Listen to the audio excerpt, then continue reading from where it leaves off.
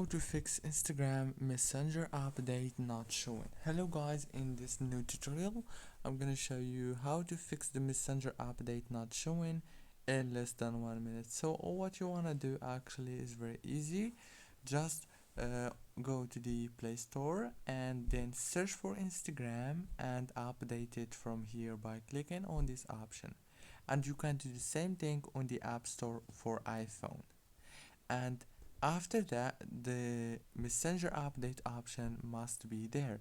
If it's not, then there is another solution. The solution is you have to uninstall your Instagram from your phone and then re-download it on Play Store.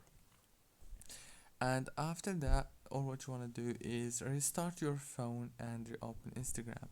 Don't forget to like and subscribe. Thank you so much for watching this short tutorial until the end. See you later.